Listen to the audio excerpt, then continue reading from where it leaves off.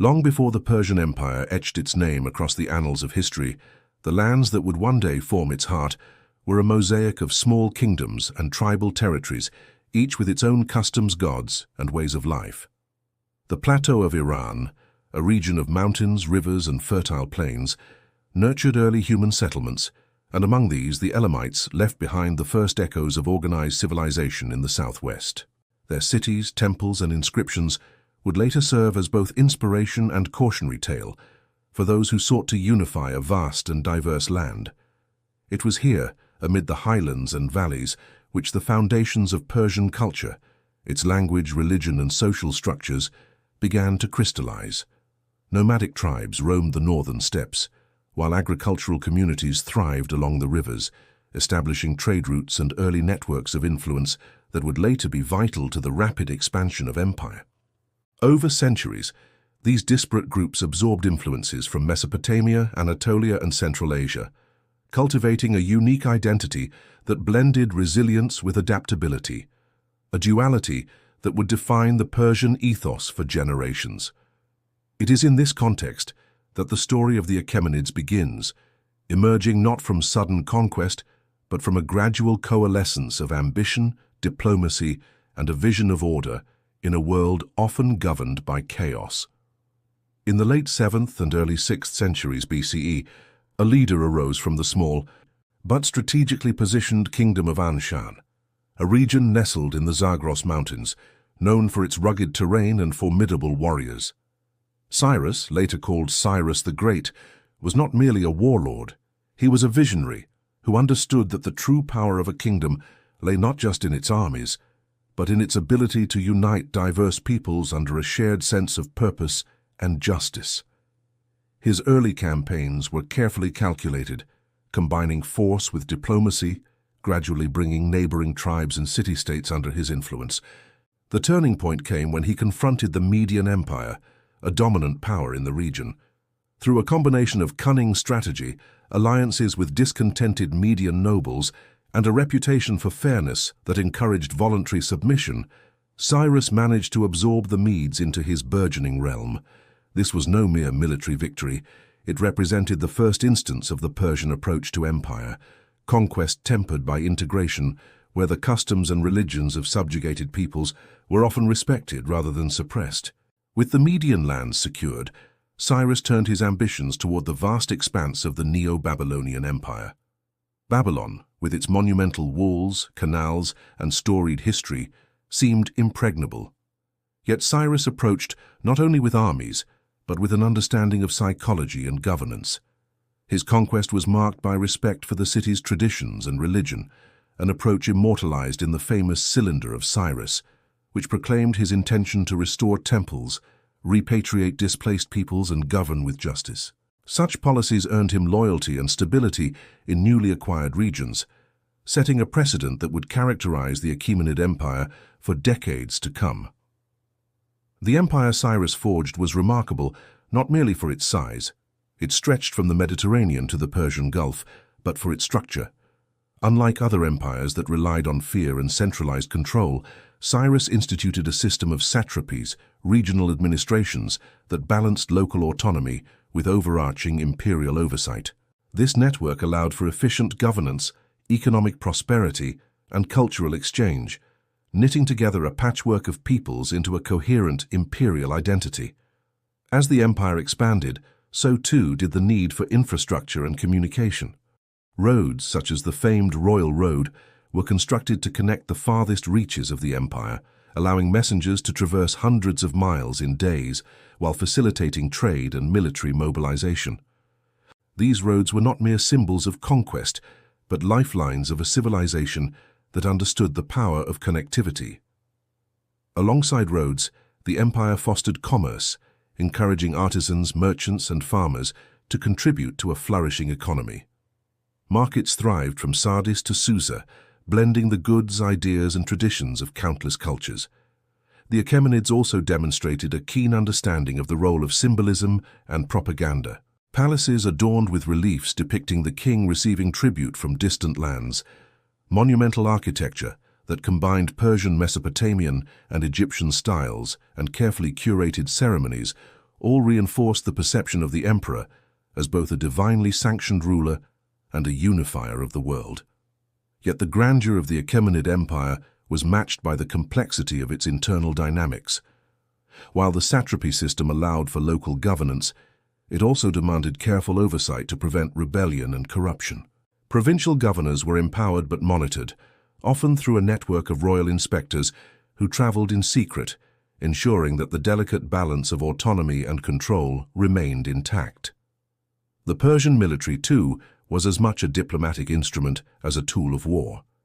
It integrated soldiers from various regions, blending different fighting styles and cultures into a cohesive force capable of projecting power across vast distances. This approach not only reinforced the empire's military might, but also cultivated loyalty and identity among diverse populations. Religious tolerance further strengthened these bonds. Zoroastrianism, while influential, coexisted alongside myriad local faiths, and temples were supported rather than suppressed, fostering a sense of inclusion that contrasted sharply with the coercive methods of other contemporary empires. Cyrus's successors, particularly Cambyses and later Darius I, inherited an empire of unprecedented scope and complexity. Cambyses extended the empire into Egypt, navigating the intricacies of Egyptian religion and governance with both ambition and caution, though his reign also revealed the perils of overextension and personal hubris. Darius, however, would elevate the empire to new heights, formalizing administrative systems, codifying laws and launching ambitious construction projects that symbolized the unity and permanence of Persian rule. His campaigns extended Persian influence to the Indus Valley, Thrace, and the Aegean. Yet even as he sought territorial expansion, he maintained the principles of tolerance, local governance, and infrastructure development that had defined the empire from its inception. Under Darius, the empire became a model of both military and civil organization, combining the might of an expansive army with the sophistication of a bureaucratic state capable of sustaining prosperity and stability across diverse cultures and terrains. Trade and cultural exchange flourished under this system, linking Mediterranean cities with Mesopotamian centers, Iranian highlands with Egyptian and Anatolian markets. Art, architecture, and literature reflected this confluence, blending local traditions into a distinctive Persian aesthetic. Palaces in Persepolis stood as both administrative hubs and symbols of imperial grandeur, their reliefs depicting a world united under the benevolent authority of the king. The economy, too, benefited from standardization, with coinage facilitating commerce across vast distances, while agricultural innovations ensured food security and population growth. Even as the empire reached its zenith, the seeds of future challenges were visible. The vastness that allowed for unprecedented prosperity also created vulnerabilities, particularly in communication and military coordination. Satraps, while generally loyal, occasionally rebelled, testing the resilience of the imperial system.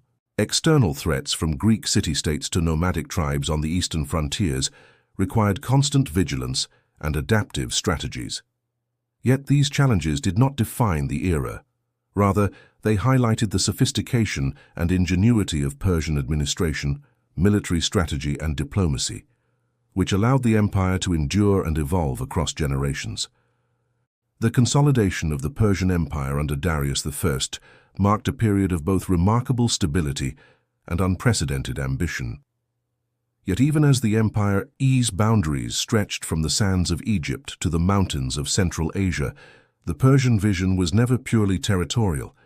It was a vision of a world interconnected, governed by law, and enriched by cultural plurality. Darius's reforms were meticulous. He divided the empire into 20 satrapies, each governed by a satrap responsible for collecting tribute, maintaining order, and reporting back to the central authority.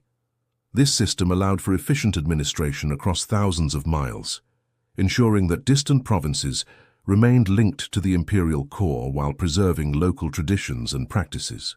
Roads and courier systems were improved and extended, connecting palaces and fortresses, and enabling rapid communication in an era when the speed of information determined both survival and supremacy.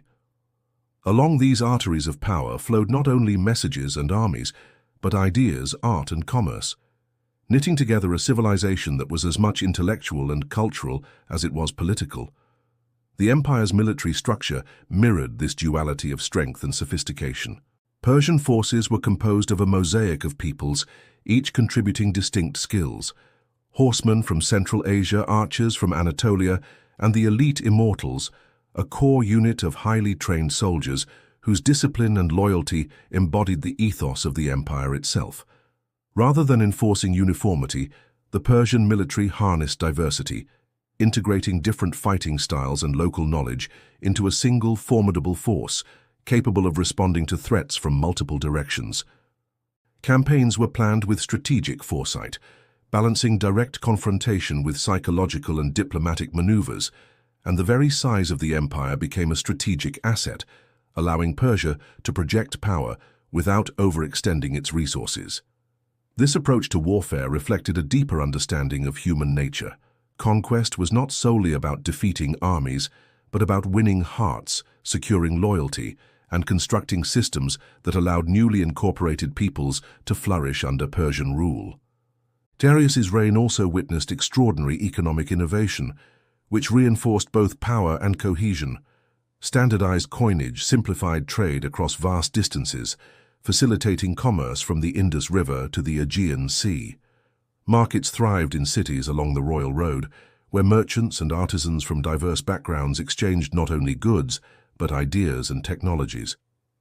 Agricultural reform, irrigation projects, and land surveys ensured that the empire could sustain a growing population while also providing a steady stream of tribute to fund both military campaigns and monumental construction projects. These projects, grand palaces, ceremonial complexes, and fortified cities, were far more than displays of wealth. They were instruments of statecraft, visual statements of an order in which law, culture, and power converged.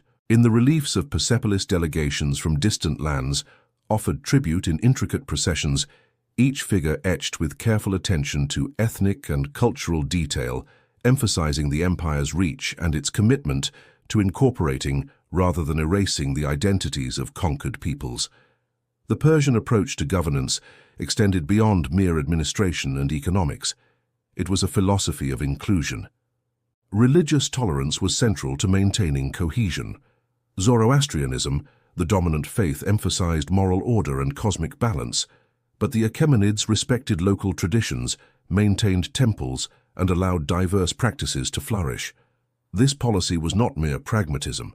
It reflected a sophisticated understanding that stability arose from legitimacy in the eyes of the governed. Conquered peoples were more likely to remain loyal when their traditions were respected, and their local authorities retained some autonomy, a lesson learned from the failed coercion seen in neighboring empires. Diplomacy, communication, and symbolic acts such as Cyrus' declaration in Babylon or Darius' inscriptions across the empire reinforced the perception of a benevolent, just, and divinely sanctioned authority, one capable of sustaining order across continents and cultures. However, the empire's vastness was both a strength and a source of constant challenge.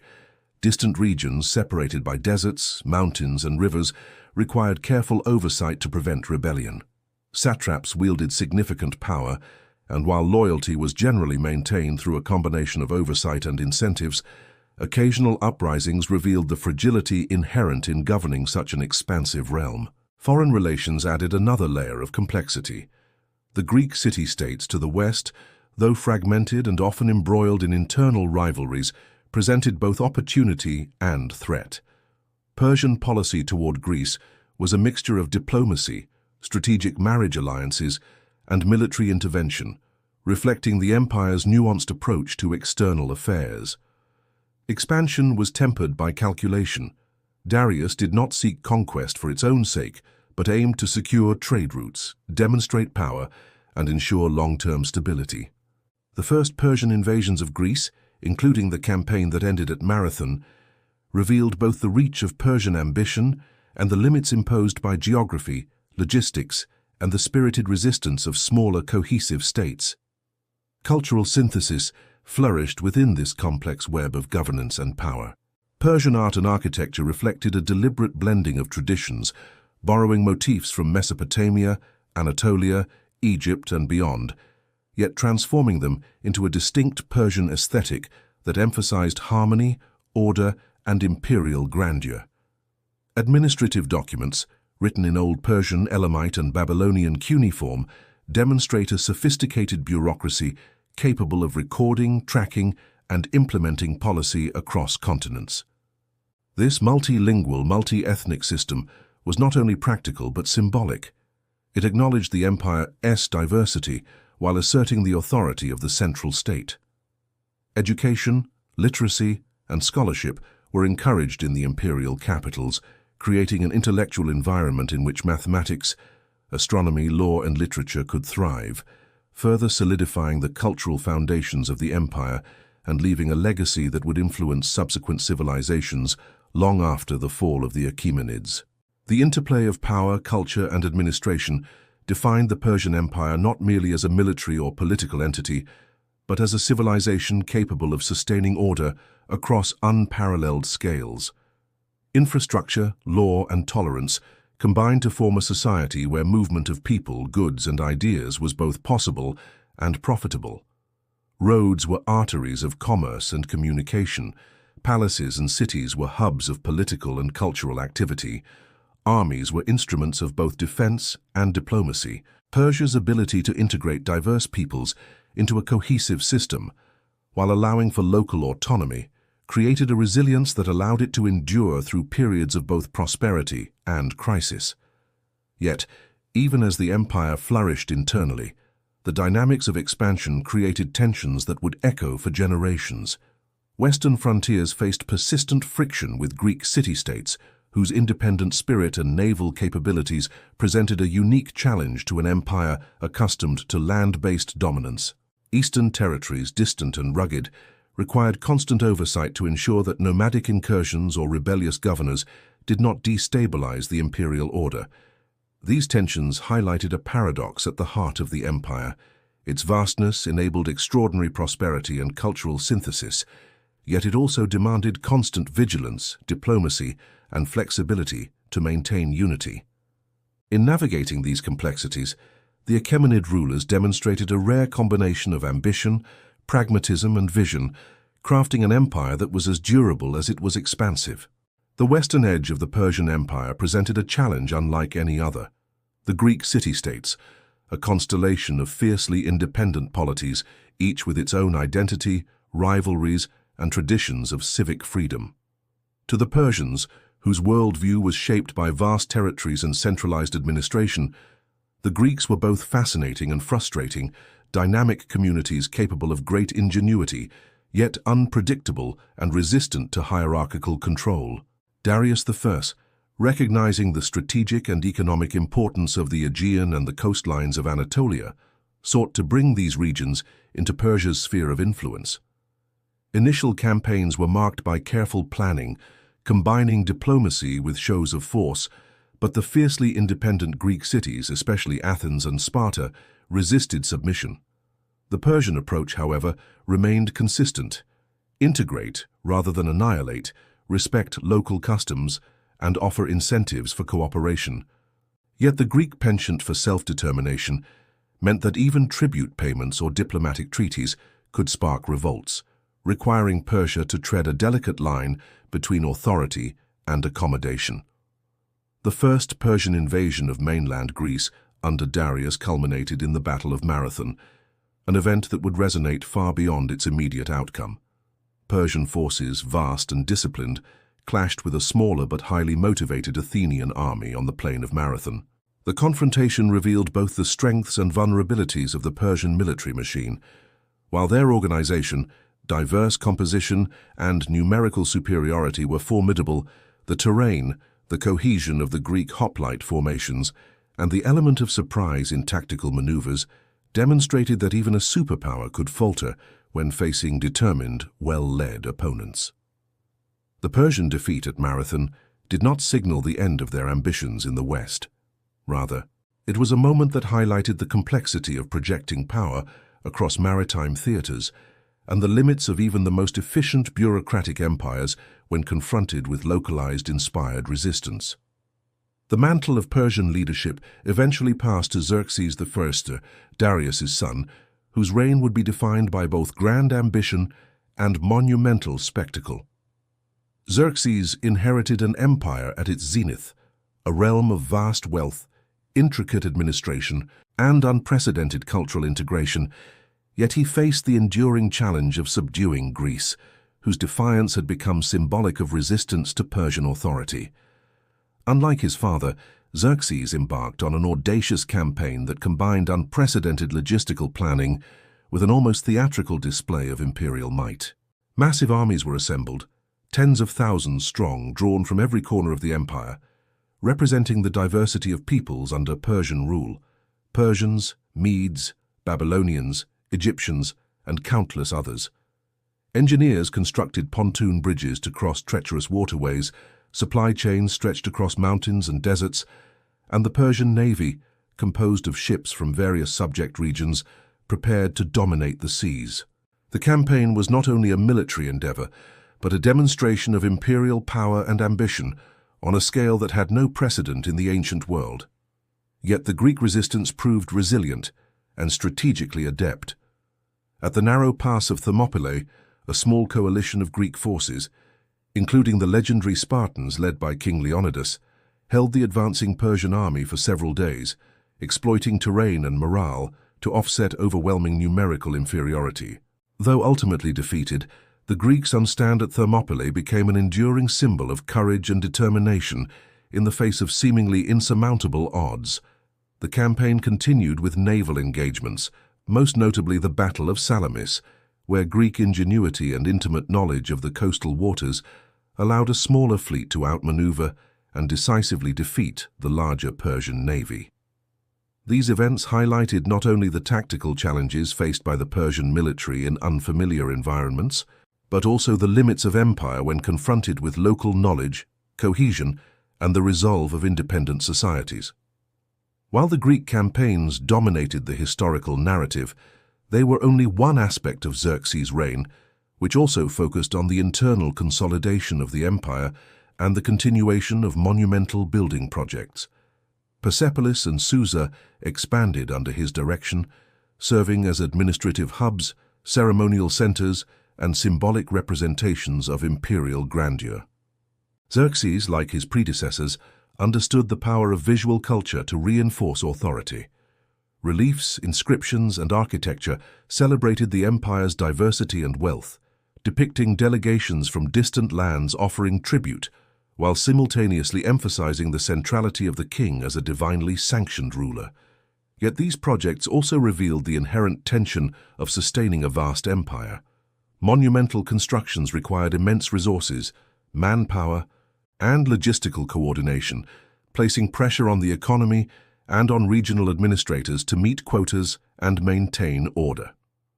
Religious and cultural policy remained a stabilizing force throughout Xerxes' reign. Zoroastrian ideals continued to underpin the moral and ethical framework of governance, emphasizing truth, justice, and cosmic balance. Local customs were respected, temples were maintained, and rituals observed, ensuring that subjects saw continuity and legitimacy in imperial authority. This combination of centralized power and decentralized accommodation had been the hallmark of Persian strategy since Cyrus, yet the demands of prolonged campaigns in distant regions occasionally tested the limits of this system. Communication delays, rebellious satraps, and the difficulty of enforcing uniform policies across diverse populations required constant oversight, creative diplomacy, and adaptive governance. Xerxes' Greek expeditions ultimately failed to secure lasting conquest, but they exposed the interplay of ambition, culture, and geography that characterized the Persian worldview. The empire was not a monolithic entity imposing uniformity, but a complex organism balancing military strength, administrative sophistication, and cultural tolerance. Each campaign, success or setback, contributed to a deeper understanding of both the potential and limits of imperial power. While the Greeks would celebrate their victories, the Persians demonstrated resilience and adaptability, quickly reorganizing, maintaining internal stability, and continuing to manage an empire of unprecedented scale. The lessons learned from these conflicts would resonate in subsequent decades, influencing strategies, diplomacy, and governance across the region. Beyond the battlefield, Persian society continued to flourish. Trade networks expanded, linking the Mediterranean with Central Asia and the Indian subcontinent. Art, literature, and scholarship thrived, reflecting a synthesis of influences that spanned continents. Temples, palaces, and ceremonial complexes embodied the aesthetic and moral principles of the empire, blending functional administration with symbolic grandeur. This cultural richness reinforced loyalty among subjects, facilitated economic prosperity, and underscored the empire's identity as a civilization as much as a political entity. The Achaemenid model, balancing central authority with regional autonomy, military strength with cultural tolerance, and ambition with pragmatism, remained remarkably resilient, even as external threats and internal pressures emerged. Yet the very factors that enabled the Persian Empire to endure, the vastness of its territory, the diversity of its peoples, and the complexity of its administration, also sowed the seeds of future vulnerability. Maintaining cohesion across continents required extraordinary vigilance, logistical expertise, and adaptive leadership. Satraps and local governors, though generally loyal, occasionally tested the limits of authority, while distant frontiers demanded constant attention to prevent incursions or rebellion. The challenges of communication, supply, and coordination highlighted the delicate balance between power and overextension, ambition and sustainability that every ruler of the empire had to navigate. Despite its grandeur and sophistication, the Persian Empire was not immune to the inexorable pressures of time, ambition, and human frailty. Following the reign of Xerxes, the Achaemenid state faced a period of internal challenges and external threats that would test the resilience of the system established by Cyrus and perfected by Darius. While satraps remained loyal for the most part, the vastness of the empire and the diversity of its peoples meant that minor rebellions, political intrigues, and localized unrest were constant concerns. Succession disputes, administrative corruption, and the strains of maintaining such a sprawling bureaucracy gradually eroded the coherence of imperial authority. Economically, the empire remained strong, yet the immense costs of monumental projects, standing armies, and continuous campaigns placed pressure on both the treasury and local populations, highlighting the delicate equilibrium required to sustain an empire of unparalleled scope. It was during this era of relative vulnerability that new external forces began to emerge on the horizon. The Greek city-states, although battered by Persian invasions, continued to thrive, their maritime networks, political institutions, and military innovations evolving at a pace that the Achaemenid leadership could not entirely anticipate. Macedon, a relatively minor kingdom on the northern fringes of the Greek world, rose in prominence under the visionary leadership of Philip II, whose reforms of the phalanx, cavalry, and combined arms tactics created a military force capable of challenging even the most formidable empires. This rise set the stage for the most dramatic confrontation in Persian history, the campaigns of Alexander the Great, a young Macedonian prince whose ambition, tactical brilliance, and unrelenting energy would irrevocably alter the map of the ancient world. Alexander's invasion of Persia in 334 BCE began with carefully calculated precision. Crossing the Hellespont into Asia Minor, he secured coastal cities, neutralized resistant satraps, and built alliances with local populations disillusioned with Persian rule. The battles that followed, Granicus, Issus, and Gaugamela, were not merely tests of arms but demonstrations of strategic innovation, adaptability, and audacity. At Issus, Alexander faced Darius III, the Achaemenid monarch, whose forces, vast and diverse, embodied the empire's strength yet were hampered by distance, communication challenges, and uneven loyalty among satraps.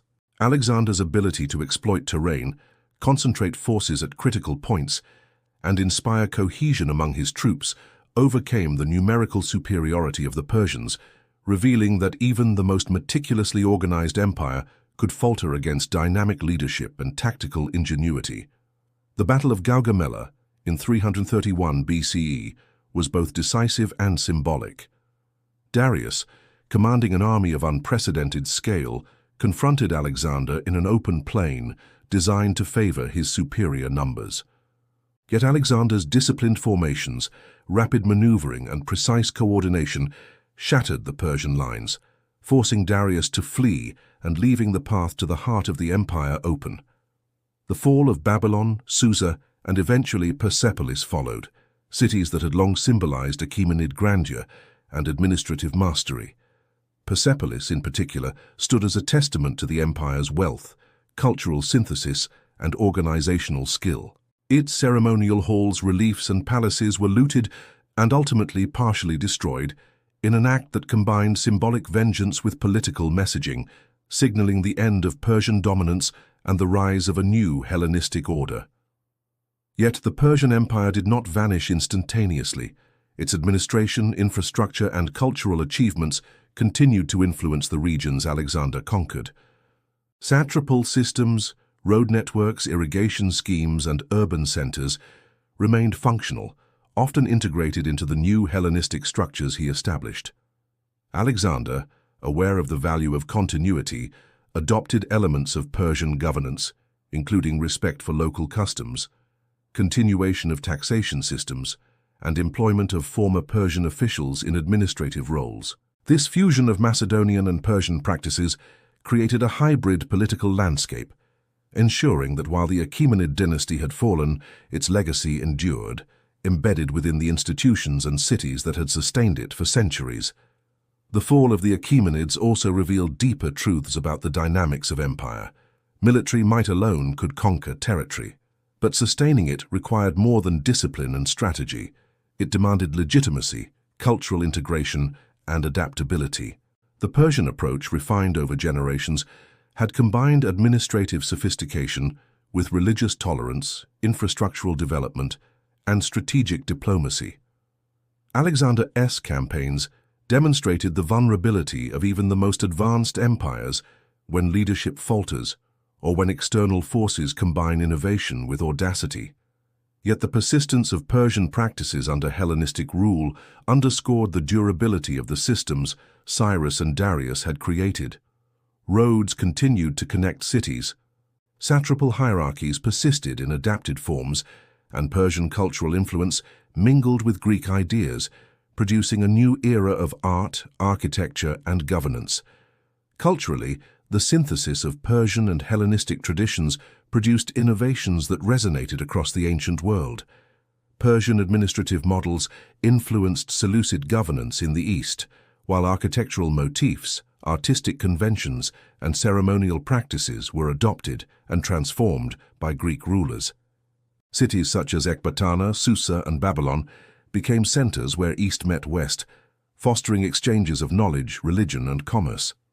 The Persian legacy was particularly evident in approaches to taxation, land management, and provincial governance, which informed Hellenistic rulers' strategies for controlling vast, culturally diverse territories. Even as dynasties changed, the principles of cohesion through tolerance, infrastructure, and local autonomy continued to guide rulers, testifying to the enduring brilliance of Persian administrative and cultural systems. The Persian military and strategic approach, too, left an indelible mark. Alexander's adaptation of Persian cavalry, archery units, and integration of multi-ethnic troops reflected lessons learned from the Achaemenid experience. Logistics, supply chain management, and the use of local knowledge in campaigns were practices that Alexander incorporated, demonstrating that the Persian model of empire, though ultimately overcome, had set a benchmark for effective control of large, diverse territories. The empire's emphasis on roads, communication, and mobility continued to influence subsequent Hellenistic and even Roman military strategies, illustrating that the technical and organizational sophistication of the Achaemenids transcended the political lifespan of their dynasty. The symbolic weight of Persia's defeat was immense, yet history shows that collapse was never absolute. Persian culture, religion, and administrative practices were woven into the fabric of successor states. Zoroastrian ideas influenced the spiritual landscape, art and architecture persisted and evolved, and local governance systems retained Persian principles of satrapal oversight and tribute collection. The empire's emphasis on cultural accommodation and pragmatic governance ensured that its influence extended far beyond the reign of its kings, seeding innovations that would resonate throughout Central Asia, the Middle East, and even into South Asia for centuries to come. The narrative of conquest, therefore, is incomplete without acknowledging the resilience and adaptability of Persian systems, which allowed a defeated empire to shape the future in ways both subtle and profound. Even as Hellenistic dynasties arose, adopting and adapting Persian precedents, the memory of the Achaemenid Empire continued to inform political imagination. Persian models of governance, ceremonial expression, and imperial ideology served as reference points for rulers seeking legitimacy, cohesion, and cultural synthesis across sprawling territories. The empire's legacy was not limited to military or administrative achievements.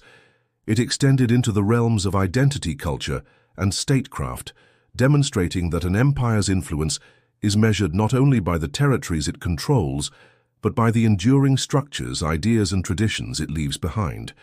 With the fall of the Achaemenid dynasty, the vast territories of Persia became the prize of new rulers, and the Hellenistic world rose in its wake. Alexander's conquests had toppled the old order, yet the administrative and cultural frameworks of the Persians endured, adapted by the Seleucids, who inherited much of the Eastern Empire. The Seleucid kings, heirs to Alexander's fragmented realm, governed a landscape still shaped by Persian precedents. Satrapal divisions, road networks, and systems of taxation remained, even as Greek officials and culture introduced a new layer of identity. Cities flourished with Hellenistic architecture superimposed upon Persian foundations, and trade continued to flow along the arteries established centuries earlier, linking the Mediterranean with the Indus Valley. It was a world in which Greek and Persian elements intertwined, producing a hybrid civilization that retained the administrative genius of the Achaemenids while embracing new artistic, philosophical, and scientific influences. Yet the Seleucid grip on Persia was never as secure as the Achaemenids had managed. Distance from the Mediterranean centers of power, the vastness of the eastern provinces, and the persistence of local identities made control tenuous. Revolts were frequent, as satraps, cities, and tribes tested the limits of centralized authority. The Seleucids, despite their resources, could not impose the same level of cohesion as the Achaemenids, whose legitimacy had been reinforced through centuries of precedent, cultural accommodation, and moral authority. In this vacuum, new forces emerged, most notably the Parthians, a semi-nomadic people from the northeastern Iranian plateau. The Parthians, initially vassals of the Seleucids, gradually asserted independence, exploiting both the strategic challenges of governing Persia and the lingering loyalties of local elites to Persian traditions. Their rise was not sudden. It was a gradual consolidation of power, rooted in an understanding of the Persian model of governance, balancing centralized authority with regional autonomy, respecting local customs, and maintaining flexibility in administration. By the mid-3rd century BCE, the Parthians, under leaders such as Xerxes I, began to carve out a stable and enduring state. They combined nomadic mobility with the administrative sophistication inherited from Persian predecessors, creating a system that could govern a diverse and expansive territory without relying on rigid centralization. The Parthian Empire, though militarily formidable, relied on diplomacy, marriage alliances, and flexible provincial management to maintain cohesion. Its military structure, which incorporated both heavy cavalry and local levies, reflected lessons learned from the Achaemenid emphasis on integrating diverse forces. Roads and communication networks ensured that messages and troops could move efficiently, while trade along the Silk Road linked Persia with China, India, and the Mediterranean, continuing the economic and cultural connections established centuries earlier. Culturally, the Parthians were heirs to Persian civilization, blending Hellenistic influence with indigenous traditions. Greek artistic styles persisted, particularly in urban centers, yet Persian religious practices, architectural motifs, and ceremonial traditions remained integral to the social fabric. Zoroastrianism, long the moral and spiritual foundation of Persian society, maintained prominence, influencing legal systems, court rituals, and philosophical thought. This synthesis of Greek and Persian elements produced a distinctive Parthian identity, cosmopolitan yet rooted, militarily capable yet culturally rich, capable of governing a multi-ethnic population while maintaining a recognizable continuity with the past. The Parthians demonstrated that the Persian legacy was not confined to a single dynasty. Rather, it was a set of principles, practices, and cultural frameworks adaptable to new contexts, capable of sustaining influence across centuries. The Parthian Empire also exemplified the strategic importance of geography in Persian history. The Iranian plateau, with its mountains, deserts, and rivers, provided both a defensive advantage and a logistical challenge. Parthian rulers leveraged this terrain, using fortified cities, mobile cavalry units, and control of trade routes to project power across vast distances. Their approach to warfare and diplomacy echoed the Achaemenid emphasis on flexibility, intelligence, and local knowledge. While the empire faced threats from Rome in the west and nomadic incursions from the east, its ability to adapt, negotiate, and integrate diverse populations allowed it to endure for centuries. The Parthians, like the Achaemenids before them, understood that sustaining an empire required more than conquest. It required the careful cultivation of legitimacy, infrastructure, and cultural cohesion. Trade and cultural exchange under the Parthians flourished, building on the foundations laid by the Achaemenids. The Silk Road became a vital artery, connecting Persia with the civilizations of India, China, and the Mediterranean. Merchants, artisans, and scholars traveled these routes, transmitting goods, technologies, religious ideas, and artistic styles. Cities such as Ctesiphon and Hecatompylos became hubs of commerce and culture, blending Persian, Greek, Mesopotamian, and Central Asian influences. The Parthians also maintained agricultural systems and irrigation networks, ensuring food security and economic stability across a diverse and often challenging landscape. These achievements highlight the enduring adaptability and sophistication of Persian civilizational practices, which allowed successive empires to thrive despite political upheaval and external threats. As centuries passed, the Parthian model laid the groundwork for further developments in Persian governance and identity. The empire's emphasis on cultural pluralism, regional autonomy, and administrative efficiency provided a blueprint for subsequent states, most notably the Sassanid Empire, which would rise in the 3rd century CE. The Sassanids drew inspiration from Achaemenid precedents while refining the centralized bureaucracy, codifying legal systems, and revitalizing Zoroastrianism as the state religion. This continuity underscores a remarkable feature of Persian history: the persistence of institutional memory, cultural coherence, and strategic principles across millennia, even through periods of conquest, fragmentation, and foreign domination. The Sassanids, like the Achaemenids and Parthians before them, recognized that power alone could not secure an empire. Legitimacy, culture, and infrastructure were equally vital to enduring authority. The enduring legacy of the Persian Empire extended beyond governance and military organization. Persian art, literature, and architecture influenced not only the Hellenistic and Parthian worlds, but also the Roman Empire and later Islamic civilization. Ceremonial practices, royal iconography, and administrative models inspired rulers far beyond Persia's borders. The concept of satrapal governance, the use of roads for communication and commerce, and the integration of diverse cultures into a cohesive state became guiding principles for empires throughout history. Persia's emphasis on tolerance and adaptability, whether in religious policy, cultural accommodation, or diplomatic negotiation, provided a model for balancing unity with diversity, a challenge that every great empire would face. Even as new dynasties and powers emerged, the Persian ethos remained a touchstone.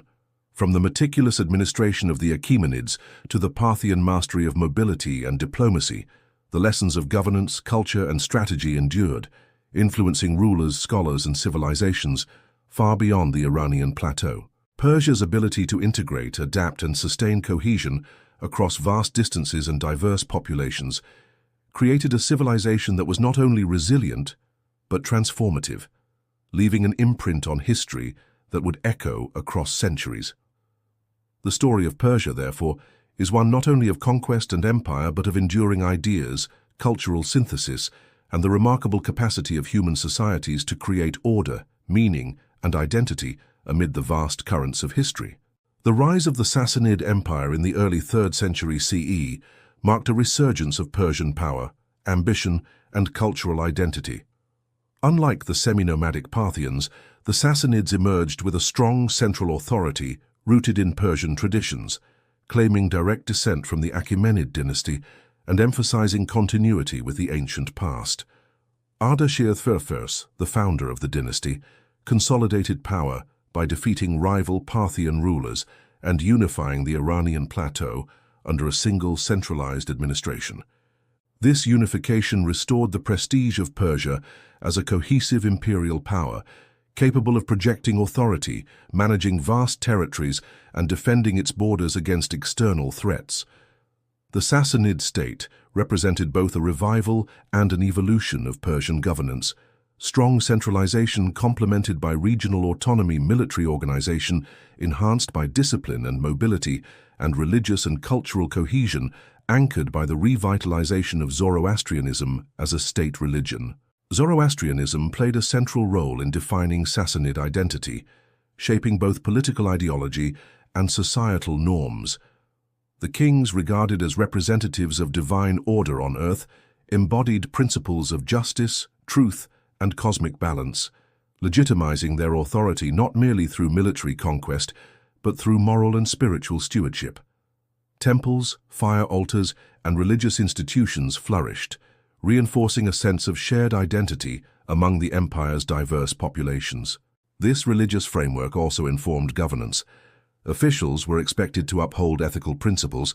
Taxation was justified as support for both civic infrastructure and sacred institutions, and social hierarchies were intertwined with spiritual authority. While other religions and local traditions continued under Sassanid rule, the state's alignment with Zoroastrian values provided a unifying ideology, distinguishing the Sassanids from their predecessors and neighboring powers. The Sassanid military was both disciplined and formidable, combining heavy cavalry, infantry, and strategic use of fortifications to defend the empire and project power.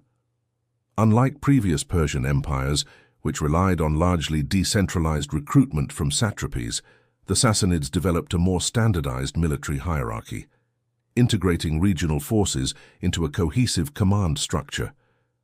Their campaigns against Rome, Byzantium, and nomadic incursions from the east were marked by both tactical brilliance and strategic patience. Fortified cities, defensive walls, and frontier garrisons allowed the empire to absorb external pressure while maintaining stability within the heartland. Persian engineering and logistics were crucial. Supply lines, river transport, and communication networks ensured that armies could operate effectively across diverse terrains, from arid deserts to rugged mountains. This combination of preparation, adaptability, and discipline allowed the Sassanid military to rival the Romans, sustaining centuries of conflict along the empire's western frontiers. Economically, the Sassanid Empire built upon the foundations of its predecessors, while innovating to meet new challenges. Roads and caravan routes, including extensions of the ancient Silk Road, facilitated trade between East and West. Persian cities became centers of commerce, culture, and scholarship, producing textiles, metals, and luxury goods that were highly valued across the ancient world. Agricultural innovations, irrigation networks, and water management systems sustained population growth and urbanization, while taxation policies ensured that resources were mobilized efficiently to support both military and civic needs. The Sassanids understood that economic stability was inseparable from political authority. Prosperity reinforced loyalty, facilitated cultural development, and enabled ambitious military campaigns. Culturally, the Sassanid era was a renaissance of Persian art, architecture, and intellectual life. Palaces, ceremonial complexes, and urban planning reflected a sophisticated aesthetic that combined earlier Achaemenid grandeur with contemporary innovations. Rock reliefs commemorated royal victories and divine favor, blending narrative storytelling with symbolic representation, while fire temples and civic structures emphasized the integration of religious and civic life. Literature, philosophy, and scholarship thrived, with centers of learning attracting scholars from across the empire and beyond. Persian culture during this period was cosmopolitan, yet deeply rooted in tradition, demonstrating the ability of a civilization to innovate while preserving its historical identity. This cultural vitality reinforced the Sassanid state, projecting authority, prestige, and cohesion both internally and across Persia's borders. The Sassanid Empire's conflicts with Rome and Byzantium were defining features of its history, shaping both military strategy and diplomacy. Centuries of intermittent warfare over Mesopotamia and Armenia created a dynamic frontier where control shifted, alliances formed, and diplomacy became as important as military might. Persian generals employed strategic fortifications, mobile cavalry, and intelligence networks to counter Roman advances, while negotiation, tribute, and marriage alliances were used to stabilize contested regions. These conflicts not only tested the empire's resilience, but also stimulated technological, administrative, and tactical innovations, reinforcing the adaptability that had long characterized Persian civilization. Even as the balance of power fluctuated, the Sassanid state maintained internal stability and cultural continuity, demonstrating that endurance was rooted as much in governance and ideology as in the outcome of battles. The Persian approach to cultural pluralism persisted under the Sassanids, reflecting centuries of experience managing diversity.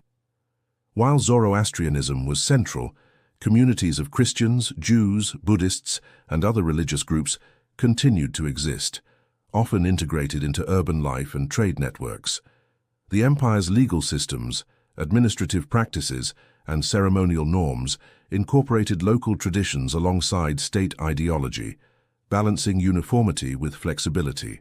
This approach minimized unrest, facilitated commerce, and allowed a culturally complex society to function cohesively. In many ways, Sassanid Persia represented the culmination of centuries of Persian statecraft, an empire capable of maintaining identity, stability, and prosperity across vast distances and diverse populations. Yet even as the Sassanid Empire reached its zenith, internal and external pressures foreshadowed its eventual decline. Court intrigues, succession disputes, and the challenge of governing distant provinces created vulnerabilities. Recurrent wars with Byzantium drained resources, while nomadic incursions along the northeastern borders tested the empire's military endurance. Economic fluctuations and the logistical demands of sustaining a vast bureaucracy imposed additional strains. These challenges were magnified by the emergence of a new transformative force in the 7th century, the rise of Islam, which introduced not only a new religion, but also a dynamic, rapidly expanding polity that would confront the Sassanid state with unprecedented intensity. The final decades of the Sassanid Empire were marked by both valor and crisis. Despite repeated attempts to repel Arab-Muslim forces, the empire's military and administrative systems were gradually overwhelmed. Battles at Al-Qadisiyah, Nihavand, and other decisive encounters exposed the limits of even the most sophisticated military apparatus when confronted with a unified, ideologically motivated force. Cities fell, dynastic authority crumbled, and the centralized administration that had sustained Persia for centuries disintegrated. Yet even in defeat, the Persian legacy endured. Infrastructure, cultural achievements, religious thought, and administrative principles were absorbed, adapted, and preserved within the emerging Islamic civilization. Persian identity, law, and cultural expression continued to shape the region for centuries, illustrating that the fall of a dynasty did not equate to the disappearance of a civilization. The Sassanid Empire, in its rise and fall, represents the culmination of the Persian historical arc. From the Achaemenids through the Parthians to the Sassanids, Persia demonstrated a remarkable ability to build, sustain, and adapt empires across millennia. Its governance balanced central authority with local autonomy, its culture synthesized indigenous and foreign influences, and its military integrated diversity and strategy. Even in the face of conquest and transformation, Persian ideas of statecraft, culture, and identity persisted, leaving an indelible mark on history. The narrative of Persia is therefore not solely a tale of kings and battles, but a testament to human ingenuity, resilience, and the enduring power of civilization to shape the course of history across centuries. The fall of the Sassanid Empire in the mid-7th century CE marked not the end of Persian civilization, but the beginning of a profound transformation. The Arab-Muslim conquest swept across the Iranian plateau, toppling dynasties and introducing a new political and religious order. Cities that had been administrative, cultural, and ceremonial centers of the Sassanids, Ctesiphon, Isfahan, Ray, were integrated into the rapidly expanding Islamic Caliphate, signaling a dramatic shift in governance, identity, and cultural alignment. Yet the Persian people, their traditions, administrative expertise, and artistic heritage did not vanish. Instead, they became essential architects of a new civilization, blending Persian administrative sophistication, literary and artistic traditions, and religious thought with the ideals and structures of Islam. This fusion would define the medieval Islamic world and ensure that Persia's influence extended far beyond its political independence. Persian administrators, scholars, and poets quickly assumed pivotal roles within the Islamic Caliphate. The centralized bureaucracy, taxation systems, and provincial management practices, honed over centuries under the Achaemenids, Parthians, and Sassanids, were adapted to the governance of the new rulers. Persian officials oversaw provinces, collected taxes, managed infrastructure, and advised caliphs, ensuring the continuity of effective administration even as political authority shifted. The Caliphate benefited from the Persian mastery of statecraft. Their expertise in logistics, record-keeping, and urban management allowed for an efficient governance of vast territories stretching from the Iberian Peninsula to the Indian subcontinent. Persian influence in administration became so pronounced that historians often describe this era as the Persianization of Islamic governance, a testament to the enduring legacy of centuries of imperial experience. Culturally, Persia underwent a renaissance within the Islamic world, preserving and transforming its literary, artistic, and intellectual traditions. Persian became a prominent language of administration, literature, and scholarship alongside Arabic, allowing poets, philosophers, and historians to craft works that fused pre-Islamic heritage with Islamic thought. Epic tales, such as the retelling of national histories and heroic legends, were composed in elegant Persian verse, celebrating the glories of past dynasties while embedding moral, spiritual, and political lessons relevant to the contemporary world. Persian architecture evolved, integrating Islamic religious principles with traditional designs. Domes, arches, and intricate geometric patterns merged with motifs and aesthetics inherited from ancient Persia, producing cities, mosques, and palaces of unparalleled beauty. Through this synthesis, Persian culture did not merely survive conquest, it flourished, becoming a defining force in the broader Islamic civilization. Religious and philosophical thought similarly reflected this dynamic interplay. Zoroastrianism, though diminished as a state religion, continued to influence ideas of cosmology, ethics, and governance. At the same time, Persian scholars engaged deeply with Islamic philosophy, theology, and jurisprudence, contributing insights that shaped the intellectual currents of the medieval world. Figures such as Al-Farabi, Avicenna, Ibn Sina, and Al-Biruni drew upon both Persian and Hellenistic traditions, creating philosophical frameworks that bridged East and West, reason and faith, science and spirituality. Their work exemplified the adaptability and intellectual vitality of Persian culture.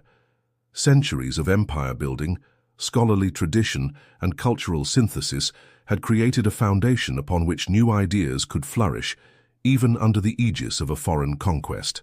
The rise of Persianate dynasties within the Islamic world further reinforced this continuity.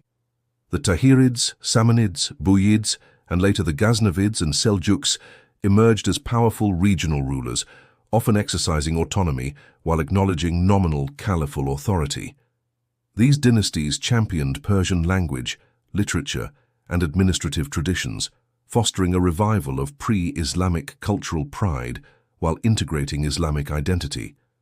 Bukhara, Nishapur, and Isfahan became centers of learning, trade, and artistic innovation, blending Persian, Arabic, and Central Asian influences into vibrant urban cultures. This period saw the consolidation of a Persian identity that was both historical and adaptive, rooted in millennia of experience, yet capable of thriving under new religious and political paradigms. Economically, the Persian heartlands continued to be a linchpin of regional and transcontinental trade. Caravans traversed ancient routes connecting Central Asia, the Indian subcontinent, and the Middle East, carrying silk, spices, precious metals, and knowledge. Cities served as hubs where artisans, merchants, and scholars mingled, creating networks of commerce and cultural exchange reminiscent of the Achaemenid and Parthian eras. Persian innovations in irrigation, agriculture, and urban planning supported growing populations, while markets flourished, linking local economies to distant lands. In this way, Persia retained its historical role as a crossroads of civilizations, adapting to Islamic governance while preserving the practical and strategic insights that had long defined the region. Art and architecture during this era bore witness to a striking synthesis of tradition and innovation. Monumental mosques incorporated Persian geometric design, intricate tilework, and ornamental inscriptions, while secular palaces displayed refined craftsmanship rooted in ancient techniques. Miniature painting, calligraphy, and manuscript illumination flourished, transmitting knowledge and aesthetics across generations.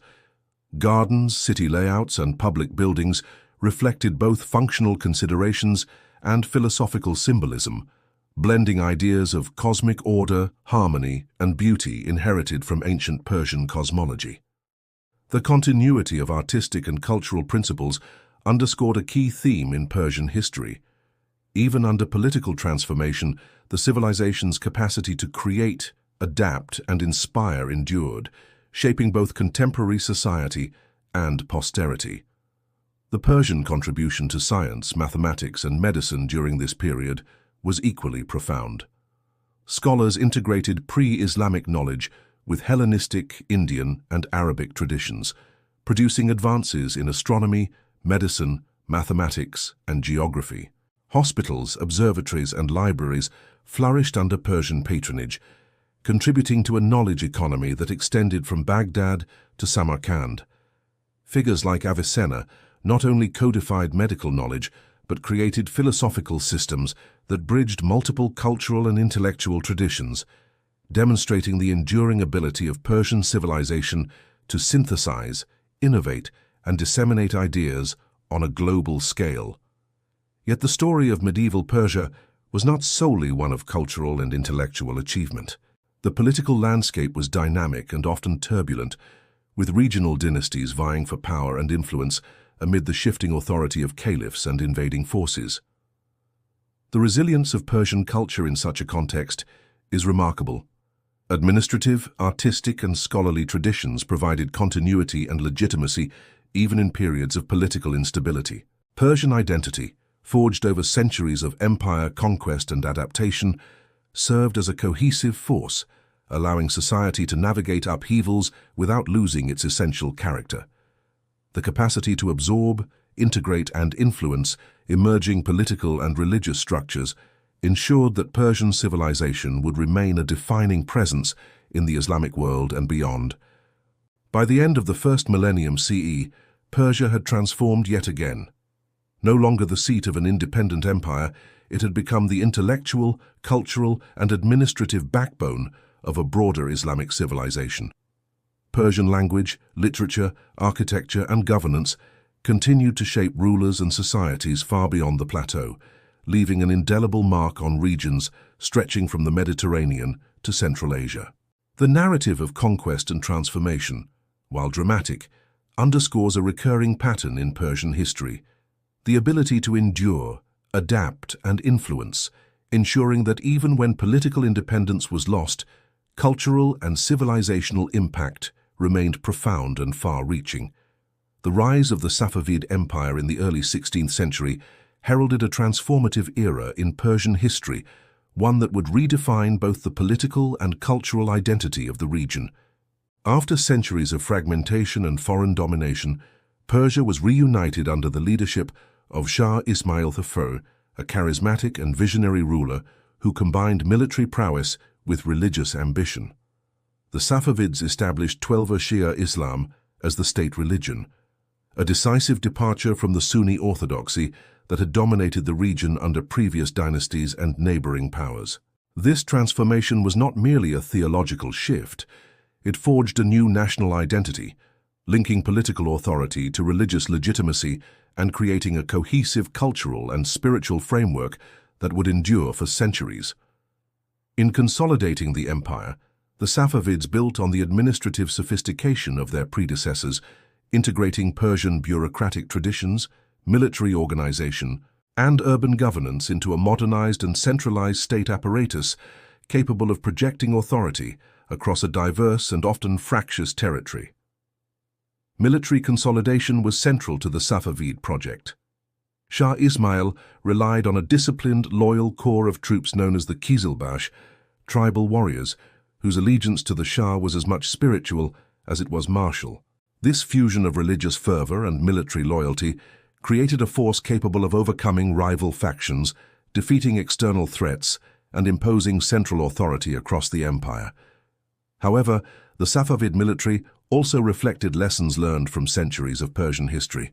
The importance of integrating diverse groups, combining cavalry with infantry and artillery, and using mobility, intelligence, and psychological strategy to complement brute force. Over time, the military evolved, incorporating gunpowder weapons and new techniques to confront the Ottoman Empire, their perennial Western rivals, as well as the Uzbeks and other Eastern adversaries. The Safavid army was both a tool of conquest and a symbol of state authority, embodying the fusion of political power and religious legitimacy that defined the dynasty. The Safavid state also inherited the complex administrative and economic infrastructure of earlier Persian empires. Provinces were governed through a combination of centralized oversight and local autonomy, taxation systems were standardized, and trade networks revitalized. Cities such as Isfahan, Tabriz, and Shiraz became centers of commerce, culture, and scholarship, attracting artisans, merchants, and intellectuals from across Persia and beyond. Roads, caravan routes, and river networks ensured the flow of goods, ideas, and people, sustaining both economic prosperity and political cohesion. The Safavids understood that control of territory required more than military force. It demanded functioning institutions, vibrant cities, and a sense of shared identity, which they cultivated through cultural and religious patronage. Culturally, the Safavid era represents one of the pinnacles of Persian achievement. Shah Abbas the Fair, often considered the architect of the empire's golden age, transformed Isfahan into a city of unparalleled beauty, constructing monumental squares, bridges, mosques, and palaces that embodied both aesthetic grandeur and imperial authority. The city's Nakhche-Jahan Square, flanked by the Shah Mosque, the Sheikh Lotfollah Mosque, and the Ali Kapu Palace, became a symbol of Safavid vision, a harmonious blend of architecture, urban planning, and symbolic power. Artisans produced intricate carpets, metalwork, manuscripts, and ceramics that fused Persian traditions with new influences, reflecting both the cosmopolitan nature of the empire and the enduring sophistication of Persian craftsmanship. This period of cultural flourishing was more than ornamental. It reinforced the legitimacy of the Safavid state, projected power to domestic and foreign audiences, and created a shared sense of identity anchored in Persian history and Shia Islam. The consolidation of Shia Islam under the Safavids had profound social and political implications.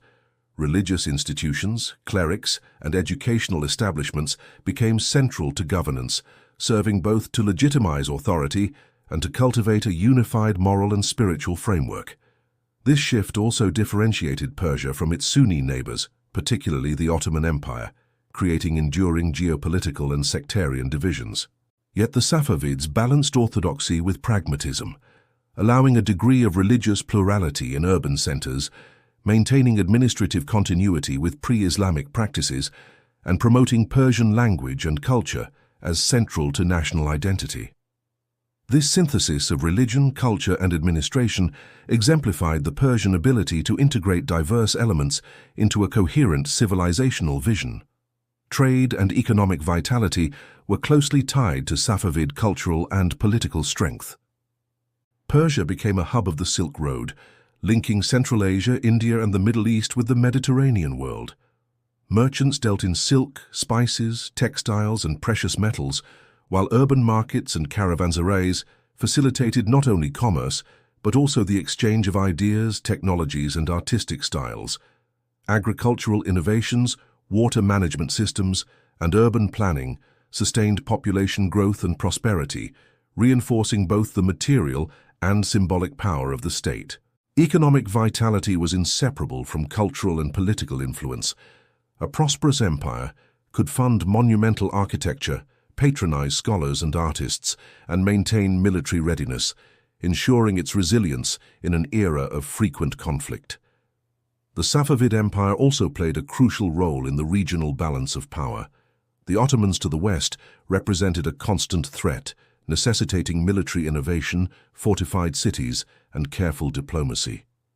The eastern frontiers required vigilance against Uzbek incursions and nomadic pressures, highlighting the ongoing challenge of securing an empire across diverse terrains and populations. Despite these pressures, the Safavids maintained stability, projecting power while cultivating legitimacy, demonstrating that Persian statecraft remained adaptive and enduring. The empire's strategies, combining military innovation, religious authority, administrative sophistication, and cultural patronage, reflected centuries of accumulated experience, ensuring that Persia retained influence and cohesion even in a highly competitive geopolitical landscape. Education, scholarship, and intellectual life thrived under the Safavids, building on the legacy of Persian scholars from the Islamic Golden Age. Madrasas, libraries, and courts became centers of learning, producing scholars in theology, philosophy, literature, medicine, and science. Persian literature, poetry, and historiography flourished, preserving ancient narratives while engaging contemporary political and religious thought. Manuscripts, illuminated texts, and historical chronicles were meticulously produced, ensuring that knowledge, culture, and identity were transmitted to future generations. This intellectual vitality reinforced the empire's social cohesion, legitimized its authority, and perpetuated a distinctly Persian contribution to the broader Islamic and global world.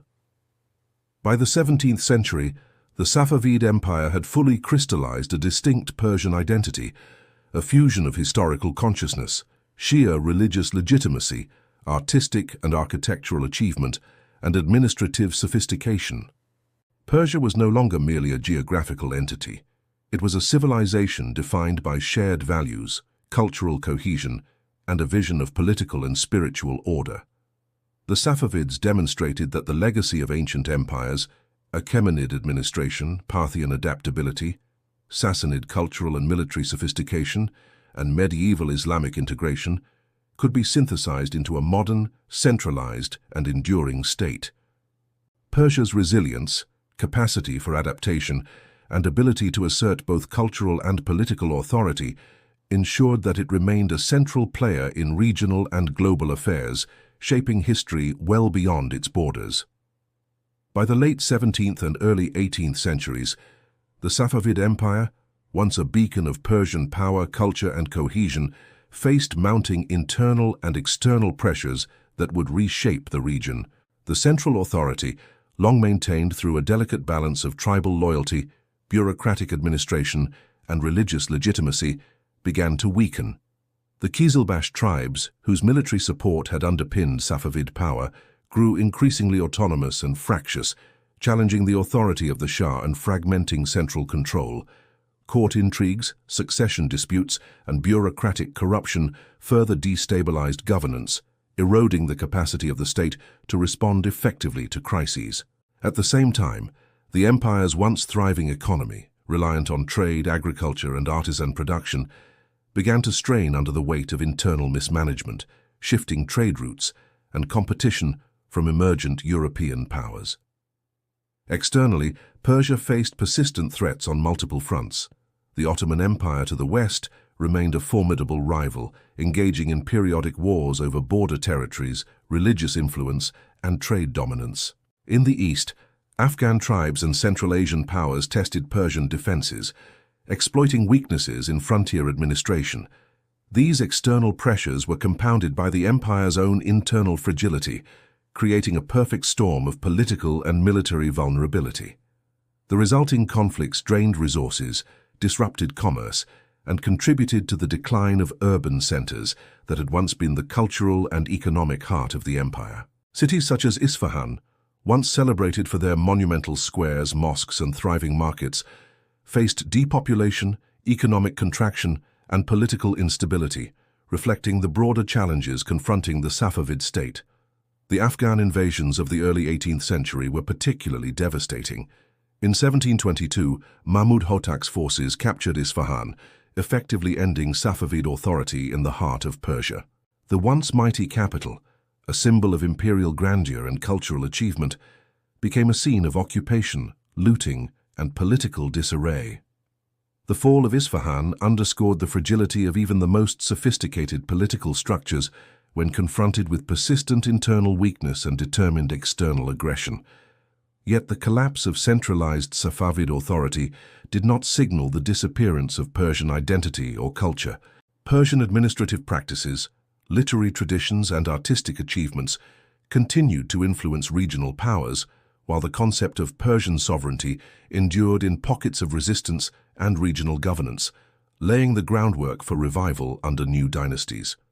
During this period of upheaval, regional leaders and dynasties emerged to reclaim elements of Persian authority and heritage.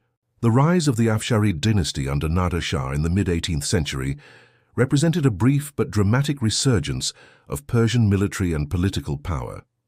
Nader Shah, a brilliant strategist and warrior, reconsolidated much of Persia's territory, reasserted authority over eastern and western frontiers, and engaged in campaigns that extended Persian influence into India, capturing Delhi in a remarkable demonstration of military prowess. His rule, while marked by authoritarian methods and relentless campaigns, restored a measure of centralized authority and showcased the enduring potential of Persian leadership, even in a fragmented political landscape. Nader Shah's campaigns also illustrated the continuity of Persian military tradition. Cavalry, artillery, and disciplined infantry were deployed with precision, reflecting lessons from centuries of Persian warfare. Logistics, mobility, and the integration of diverse troops underscored the long-standing Persian understanding of military strategy. Success depended not merely on numbers, but on organization, adaptability, and knowledge of terrain and local conditions. Though Nader Shah's empire was relatively short-lived, his achievements demonstrated that Persian statecraft, culture, and military expertise remained potent forces capable of shaping regional dynamics even in periods of decline. Culturally, despite political instability, Persia continued to exert influence across literature, art, and architecture. Poets, historians, and scholars maintained the rich Persian literary tradition, producing works that celebrated historical narratives, philosophical ideas, and spiritual reflection. Miniature painting, manuscript illumination, and decorative arts persisted, integrating Safavid aesthetic principles while responding to new political realities and external influences. Urban centers such as Shiraz, Isfahan, and Mashhad remained hubs of intellectual and artistic activity, sustaining networks of knowledge, creativity, and cultural exchange. These enduring achievements reflected the resilience of Persian civilization. Even amid conquest, occupation, and political fragmentation, the cultural foundations laid over centuries ensured the survival and adaptation of Persian identity. Trade and economic networks, though disrupted, continued to connect Persia with Central Asia, India, and the broader Islamic world. Caravans transported silk, spices, textiles, and metals, sustaining commercial activity and facilitating cultural exchange. Persian merchants, artisans, and scholars engaged with European traders, incorporating new technologies, commodities, and ideas into existing systems. These interactions foreshadowed the growing influence of European powers in the region, setting the stage for further transformations in the political and economic landscape of Persia in the 18th and 19th centuries. The gradual European presence introduced new dynamics to Persian politics and society. Diplomatic relations trade agreements and military alliances increasingly involved British, Russian and French interests, reflecting the globalizing context in which Persia now existed. These interactions brought both opportunities and challenges. While they facilitated technological and commercial exchange, they also introduced pressures that undermined traditional authority, disrupted local economies, and created avenues for foreign influence in Persian affairs. The struggle to balance internal governance, cultural identity, and external pressures became a defining feature of late Safavid and post-Safavid Persia, illustrating the enduring challenges of sustaining sovereignty and cohesion amid shifting geopolitical realities. As the 18th century progressed, Persia's political landscape continued to fragment and evolve. Regional dynasties, tribal confederations, and emergent leaders vied for authority, while European influence increasingly shaped trade, diplomacy, and military technology. Yet despite these challenges, the core of Persian civilization, its language, literature, art, administrative principles, and cultural memory, remained intact, providing continuity and identity amid political instability. Persia's history, long characterized by cycles of empire-building, conquest, cultural synthesis, and adaptation, demonstrated a remarkable resilience. Even when central authority waned, the ideas, practices, and identity of Persian civilization endured, ready to be reintegrated and revitalized under new circumstances. The transition from Safavid dominance to the fragmented and contested political landscape of the 18th century represents not the collapse of Persian civilization, but its adaptation to new realities. Military prowess, administrative sophistication, cultural creativity, and intellectual vitality continued to shape society and influence neighboring regions. The enduring presence of Persian identity, even amid political turbulence, laid the foundation for later unifications under the Qajar dynasty, as well as the eventual modernization efforts in the 19th and early 20th centuries.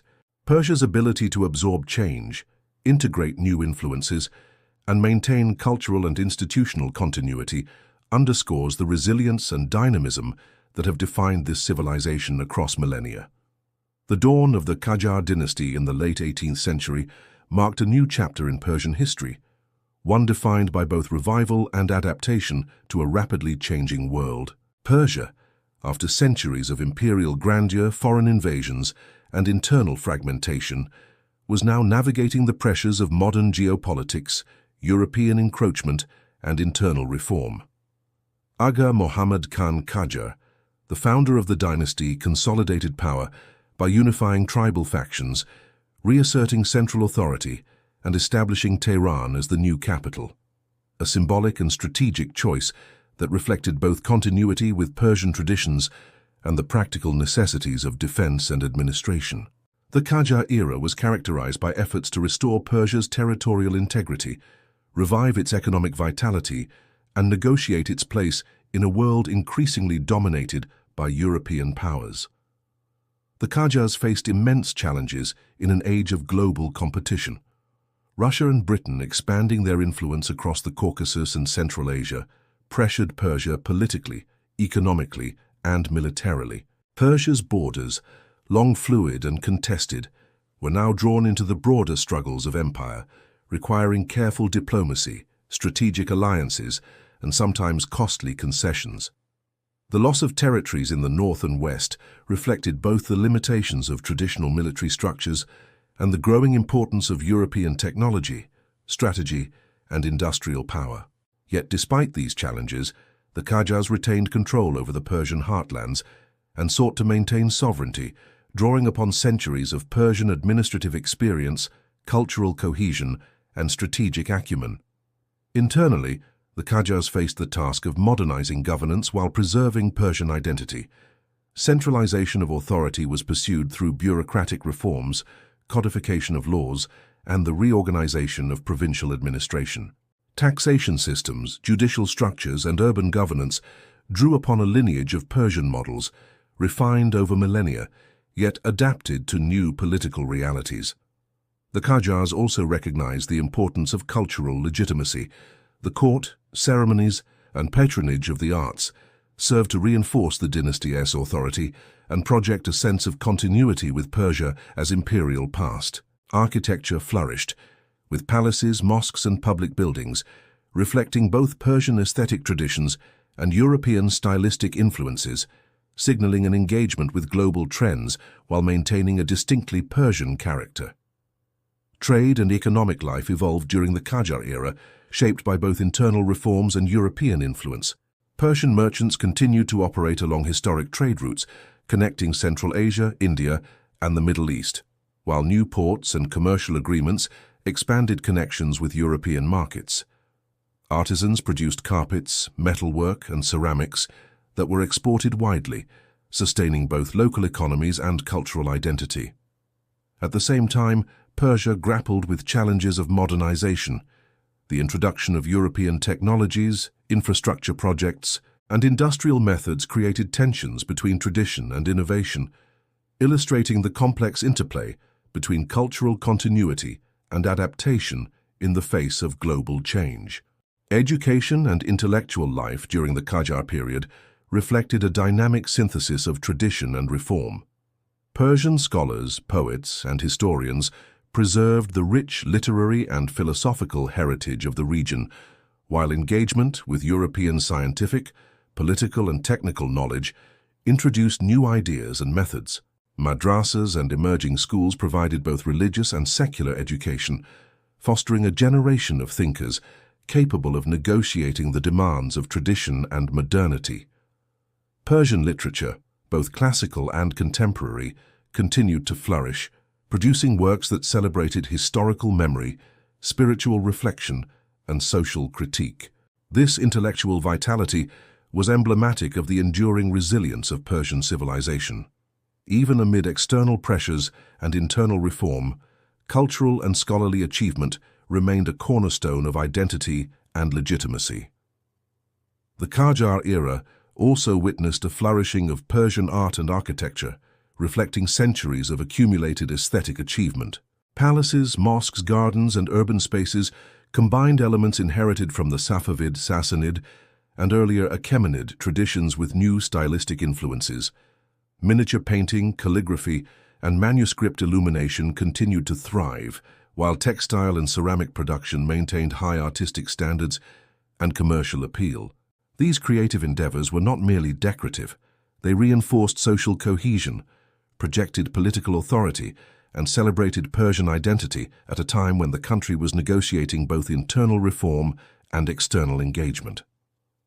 The arts became a lens through which the past was remembered, the present articulated, and the future imagined, embodying the continuity and adaptability that characterized Persian civilization across centuries. Diplomacy and international relations during the Qajar period highlighted the challenges of preserving sovereignty in a world dominated by powerful neighbors and expanding European empires. Treaties with Russia and Britain, while sometimes unfavorable, reflected pragmatic negotiation aimed at maintaining territorial integrity and avoiding outright colonization. Persia's leaders sought to balance competing pressures, leveraging historical knowledge, strategic geography, and the prestige of dynastic authority to navigate a complex geopolitical landscape. The Qajar experience illustrates a recurring theme in Persian history: the interplay between internal cohesion, external influence, and the exercise of cultural and political agency, demonstrating that survival and relevance required both adaptability and a deep understanding of history. Despite political challenges, Persia's social and cultural fabric remained remarkably resilient. Local governance structures, religious institutions, and intellectual networks preserved continuity, while urban centers such as Tehran, Isfahan, and Shiraz continued to serve as hubs of culture, commerce, and scholarship. Persian identity, forged over millennia of empire, conquest, and cultural synthesis, endured through these transitions, providing a framework for national cohesion, artistic achievement, and intellectual innovation. The Qajar period, while often marked by political difficulty and foreign encroachment, exemplified the capacity of Persian civilization to adapt without losing its core essence, maintaining relevance and influence in an increasingly interconnected world. The story of Persia under the Qajars is a testament to the endurance and adaptability of a civilization that had survived centuries of conquest, dynastic change, and cultural transformation. From the Achaemenid foundations of empire to the Safavid Renaissance, the resilience of Parthian and Sassanid governance, and the integration into the Islamic world, Persia demonstrated an extraordinary capacity for continuity, synthesis, and innovation. The Qajar era, with its blend of tradition and modernity, internal reform and external diplomacy, reflects the culmination of this long historical arc, a civilization capable of navigating profound change while maintaining identity, authority, and cultural achievement. As the modern era approached, Persia's legacy remained vivid, influencing regional politics, culture, and intellectual life. The nation that had once produced mighty empires, monumental architecture, and sophisticated administration now faced the challenges of global engagement, modernization, and social reform. Yet the foundations laid over millennia, art, literature, governance, and philosophy, ensured that Persia's influence would continue, shaping the trajectory of the Middle East and Central Asia. The story of the Persian Empire, from Cyrus the Great to the Qajar dynasty, is thus a story of resilience, adaptation, and enduring civilization. A narrative of human ingenuity, ambition, and creativity that has left an indelible mark on the history of the world.